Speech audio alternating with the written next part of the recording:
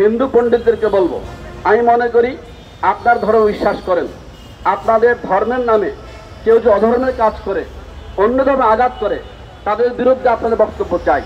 তাদের বিরুদ্ধে আপনারা কি করণীয়, কি বক্তব্য আমরা জানতে চাই। বাংলাদেশে কয়েকদিন পর পর এই ধরনের ঘটনা দেখি, ব্লগে, ফেসবুকে, ইউটিউবে কোরআন অবমাননা করা হয়, হাদিস অবমাননা করা হয় এবং ইসলামের যে গুরুত্বপূর্ণ নিদর্শনাবলী রয়েছে সেগুলো অবমাননা করা হয়। আমরা কয়েকদিন পর পর আন্দোলন করি। অন্তর্বর্তীকালীন সরকারের কাছে আমাদের স্পষ্ট দাবি, আপনারা অতি শীঘ্রই ব্লাসফেমি আইন জারি করুন।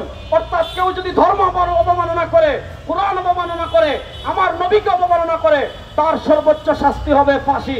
ফাঁসি ছাড়া, মৃত্যুদণ্ড ছাড়া তার আর কোনো শাস্তি হতে পারে না। ওয়ালটন এখন দেশের সীমানা পেরিয়ে পৌঁছে গিয়েছে 50টিরও বেশি দেশে।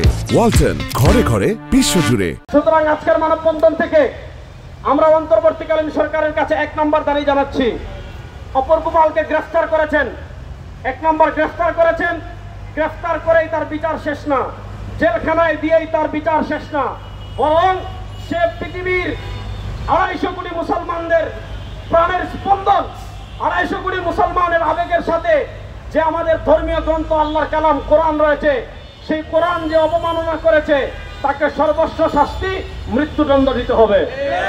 দ্বিতীয় দাবি হলো, অতি শীঘ্রই 92% মুসলমানের দেশে একটা আইন করতে হবে। আমরা দীর্ঘদিন থেকে দাবি করছি ব্লাসফেমি আইন। অর্থাৎ কেউ যদি কোনোভাবে ধর্মীয় অনুভূতিতে আঘাত করে, ধর্ম অবমাননা করে, তাকে ফাঁসির আইন রেখে রাষ্ট্রীয়ভাবে আইন পাশ করতে হবে। আমরা এই দাবিতে আগামীকাল ইনশাআল্লাহ পুরো বাংলাদেশে প্রত্যেকটা জেলায় জাতীয় উলামা মাশায়েখ আইম্মা পরিষদ মানববন্ধন কর্মসূচি পালন করবে।